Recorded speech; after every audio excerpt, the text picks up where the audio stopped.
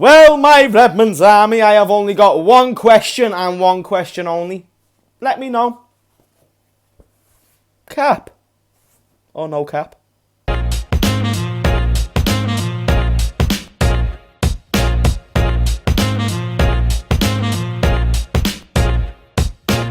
feel like them intros are just getting really, really unfunny. But anyway, we'll move with them, do you know what I mean? We'll move with them.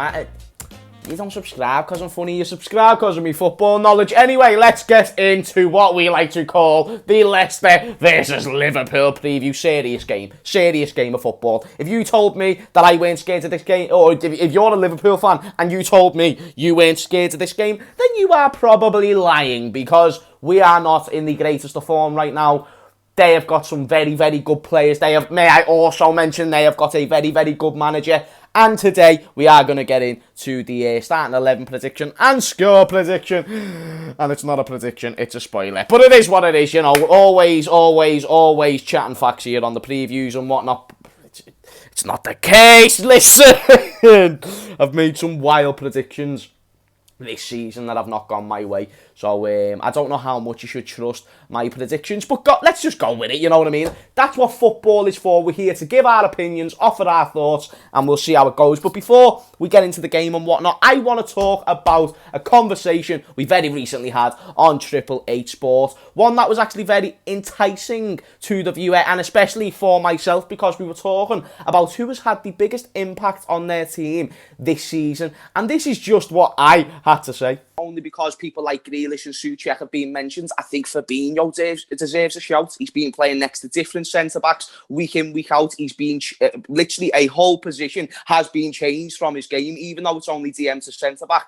He's adjusted to that position to the point where he looks like he's been playing there his whole life. And obviously Liverpool have had a few stints this season where the rest of the team hasn't been quite on point, and we've had to really rely on our defence and certain individuals. And Fabinho, week in, week out, not only in terms of reliability actually being available, but he does the job fantastically well. So obviously I brought up Fabinho, and I know there's going to be neutrals raising an eyebrow and saying, James, shut your bloody mouth about bloody Fabinho. Listen, it is what it is, you know, even though he's a great player and whatnot, you can't say he's been the levels of Souček or he's been the levels of a Grealish. And I mentioned Souček and Grealish as I did in the clip. But just to bring someone who's probably not going to get as much recognition when it comes to the player of the year and whatnot, and I'm not saying he definitely should be, but for someone who deserves to be in the conversation, you better not look much longer past than Fabinho. My man has had about 10 different centre-back partners, and he's done well with every single one of them. And only from my memory, I can recall one, maximum 2 bad games or below par performances. Other than that, Fabinho is clear, he is boss, and like, no matter what position he plays in, you know, he's just oozing, shout out to expressions, he's just oozing with class, he's just boss, and like, that's why I like Fabinho, and that's why I mentioned him.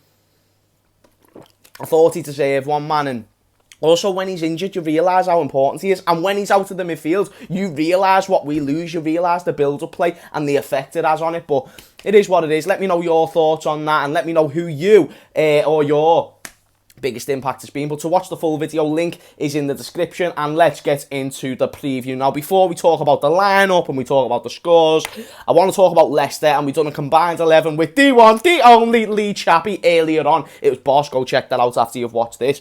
And I'm not going to lie, I defended my team the best I possibly could, but when we really started listing through their 11 players, they're not just a team with some okay players and a good manager. They've got a very good manager and some very good players. Let's just break their team down. They have got, at bare minimum, a very, very solid goalkeeper. If he's not world class, you know, like his dad was, Schmeichel is at least a very, very good goalkeeper that can do a job on any given day, no doubt. Now, they have got some big injuries at the back, and we are going to talk about the midfield. They've got the attack, but they've got some injuries at the back. I believe, don't quote me on this, but I believe Lee told me that Fofana, their centre-back, who's been a revelation for Leicester, is injured for them, as well as James Justin, who's been playing left-back, and Castan, who's been playing right-back. So that's very interesting news, you know what I'm saying? That's a lot of, even though Soyuncu's back and Ricardo Pereira's back, with the fact they've had a lack of game time, even though overall they're better players, when you talk about the players who have been playing consistently this season, It's Fofana, it's Kristan, it's James Justin, and that's going to be a massive loss for them. And hopefully will offer a bit more space to players like Salah and Mane if they are to start. I feel like that'll be very good with the fact them fullbacks aren't there. But they have still got good cover in Ricardo Pereira and Soyuncu. But when you move into the midfield, you can't look past Tielemans and how good he's been this season. He is such a good footballer, people. If you watch Leicester play, you'll know what I'm talking about. Both feet, just a GM. He's a GM, and him and Maddison have some sort of link up in that midfield that I don't even want to comprehend. It's like Robbo and Trent, but in the middle, it's Boss, and then beyond them, you've got Ndidi. Just got some class players all over that pitch. Even moving forward, Barnes, who's had a much improved season. Jamie Vardy, who season in, season out, is a 20-goal-a-season striker. I'm worried about Leicester when you look at the fact they've got a better manager than most teams in the league. I think they've got a better manager than Man United and Chelsea. I think, even though Thomas Tuchel's doing a great job at Chelsea and could prove me wrong, I think Brendan Rodgers is better. People will disagree because, he's British and whatnot, but I actually think he is. Maybe I'm not backing that off much, and I am very open to see if you disagree with me in the comments down below. But the point is, Brendan Rodgers does not get the respect he very much certainly deserves, and he's done everything he's needed to do. And at Leicester, he's done even more. Leicester aren't supposed to be a top 4 team, but with Brendan Rodgers, he's established them as a top 6 side. And this isn't the same team that won the league. It's only Vardy and Schmeichel who's really left. All the rest are different. All the rest are Brendan Rodgers type players. So I think if you're a Leicester fan, you should be excited. You're above Liverpool right now, and that's something to consider. And yeah, it's just, even though you've had a few little run of bad forms, you can't dispute that Leicester are just a challenge, and that's just due to the fact they've got a good manager and a mixture of good players. But enough about Leicester. We need to start talking about Liverpool, who've been having their own shaky form as of late.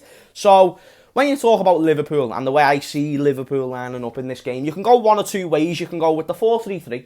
Or you can go with the 4-2-3-1. Or the 4-3-2... No, sorry. Yeah? Am I right in saying that? No, yeah. 4-3-1-2. That's it. So 4-3-1-2. So the two kind of like the ones who sit behind the striker and then... the cam and then the two strikers sitting in front of him. Now, which ones do you go with out of them two? I think you can easily go with the 4-3-1-2, bam, sorted it. Because we've looked good, or better at least, with a more narrow formation. Now, if you can get Henderson and Fabinho, or one of either back into the midfield, which I would love to see, because he'll help our build-up play, he'll help get the ball to the attackers much quicker. He'll just move the ball, just get the whole team a few yards higher up the pitch, so we can get the ball into our attackers just that slightly bit quicker.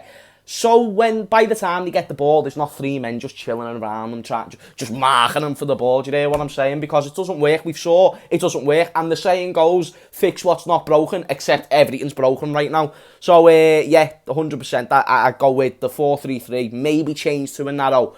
But it's a shout if you do want to go with the 2 up top and the number 10 sitting behind him. Anyway, with a 4-3-3 in mind, Alisson in goal.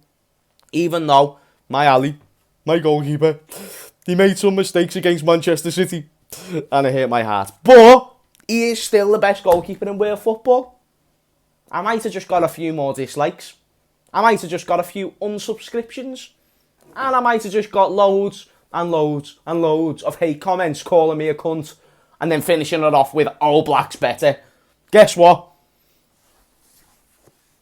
I don't give two shiny shites. Has All Black won the Champions League? No. Has All Black won the Premier League? No. Has he even won the La Liga? Probably friggin' not, but it is what it is. And even if he has, it was a mean time ago. Alisson's clear. Anyway, Alisson in goal. My goalkeeper till the end, motherfuckers. Robbo left back, best left back in the world, no doubt. Trent, best right back in the world when he's on form. So that'll be the left back and the right back. Centre backs. Let's get a bit more serious now. Right, this is the team of what I think Klopp is going to go with, not what I want him to go with, because if it was what I wanted, I'd go with Davies and I'd go with Kabak, but because it's not Christmas and I'm not going to get what I want, Klopp, I think, will go with Kabak, Kabak and Fabinho, and the reason why I don't think Davies, I feel like he's been brought in as just extra safety in case we get another injury somewhere. But Kabak's the one that we're really invested in, and the only reason we didn't buy him is because we're skint with finger quotes. So I think that's the back four. So Alisson, Robbo, Trent, Kabak, and Fabinho. So midfield, this is what I want to see, and I want to see it so much more than anything in the whole wide world.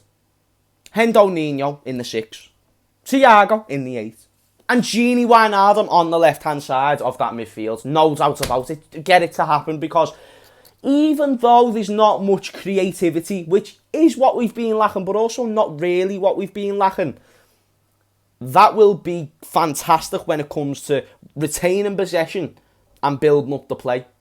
And that's kind of what Liverpool have been good at in terms of retaining possession, but they haven't been as good with building up the play. Even every counter-attack that we make, it's not so direct, it's not so sharp, it seems to get passed back every time we get in and around the final third. Whereas when Thiago, Henderson and Gini, or whoever, like last season when it was Henderson, Gini and whoever else, whether that's Keita, Oxlade, Shaqiri, it always worked because you had the build-up play. But now we don't have the build-up play because Henderson's playing at the back. I'm not trying to overrate Henderson. My captain and all that. I love him. I know what he does, but I get a lot of people aren't as fond, and I guess I kind of understand. I don't, but it is what it is. Either way, to Liverpool's build-up play, whether you like him for your team or not, to Liverpool's build-up play, he is essential. That's why he needs to go back in the midfield. And for some reason, I feel like Klopp could do it. Front three, Mane on the left, Salah on the right, and Firmino in the middle. But if I'm making my choice, and again, so many people are just going to go, like, raise an eyebrow at what I'm about to say, I go with Origi. I mean, actually, do you know what? No, I wouldn't. I was going to say, because I'm still in that mindset about Firmino where he's not getting goals. And I know Firmino, Origi missed that chance a few weeks ago, but still, man, you know, he hasn't had games. You know, if he misses one chance, you can't just write him off. But I feel like Firmino will actually be more suited to this game. He had a good game against Leicester last time out as well, so I'm not going to drop Firmino. I'm going to give him the minutes, but if he's having a shit game, take him off for Origi by the 60th minute. No later, not maybe even a bit earlier.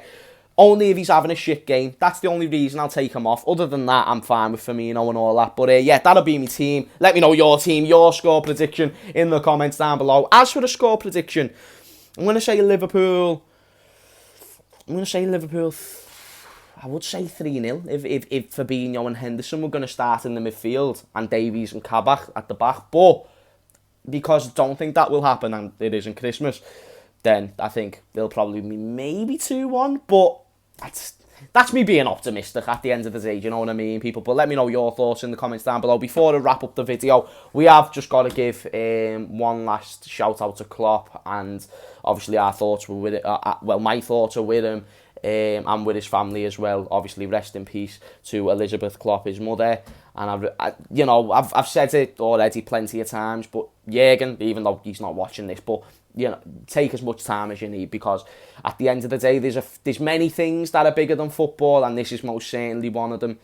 And even though we love it and we need him right now in a sense, mate, good form, bad form, top of the league, bottom of the league, you've saw what's just happened. If he needs to take a game off or 2 games off, I'm very fine with that. And if he wants to send the assistant coach, then sweet. I don't think he will do that. 1, because I haven't heard nothing, and 2, I just feel like Klopp's one of them. He's going to get on with it anyway, and that's just the way he is. But if he decided and opted to go with having a day off, then fine. And either way, it's not really going to be a day off. He just won't be there. He might just, you know, set the team out himself behind closed doors or whatever. But anyway, people, let me know your thoughts of everything I've talked about in this video down below. Let me know your score predictions. Thank you very much for watching. The Redmond's army is always legendary, always getting stronger, and I am forever thankful for all the support you show me. So yeah, smash a like, subscribe, and I will see you all in a bit. Sarah.